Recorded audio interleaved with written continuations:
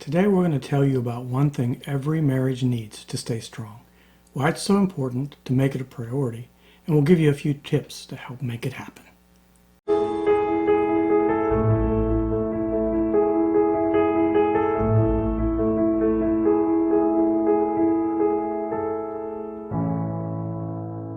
Well, we just got back from the beach in Delaware where we met up with our family. Our daughter's family from Baltimore, our other daughter from Alabama, two different dogs, and it was a great family connection time. Great time to be with our first granddaughter. But in the midst of all that family time, we actually began to miss our alone time with each other. In fact, it dawned on me after about a week of our family time together, I was getting ready to go back to the grocery store for yet another load of groceries when I just realized I missed alone time with Scott, and I thought, well, maybe he would come to the grocery store with me. So I asked him if he would. And I said yes. And that's not usual. It's not like we Not usually... my favorite thing to do, No, we don't grocery shop together, but I thought, well, at least we'd have that time in the car before things were busy at the store. And after he said yes, I thought, oh man, I'm kind of hungry for lunch.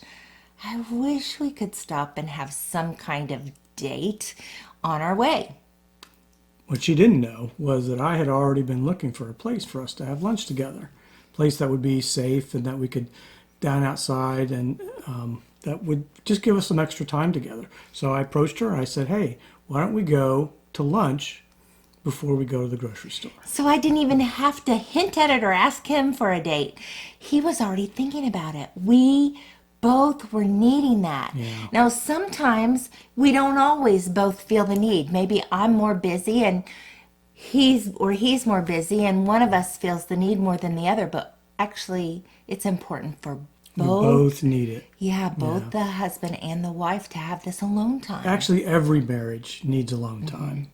And both of you need it, whether you realize it or not. Time to just engage with one another. It's a lot like our relationship with Jesus. If we don't have one-on-one time with him, we slowly kind of feel that separation. We lose our intimacy. It's the same way in marriage.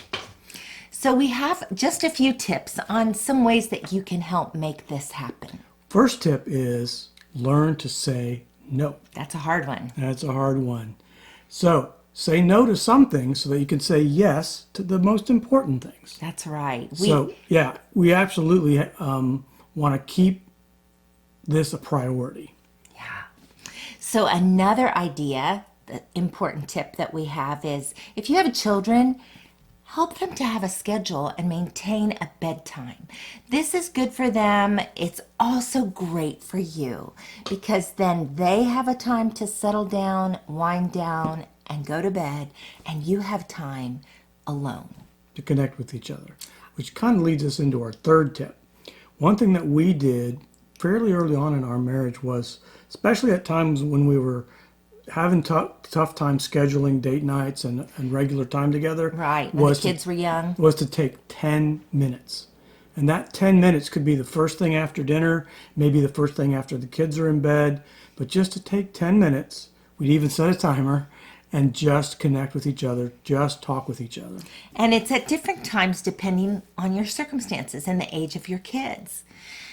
The fourth thing is just to be aware, to pay attention to stolen moments, times that you can steal away together, like we realized, hey, we're going to be able to steal away to the grocery store of all things, but we made it into a little connection time. Yeah, absolutely. And sometimes it'll be first thing in the morning before everybody in the house is awake.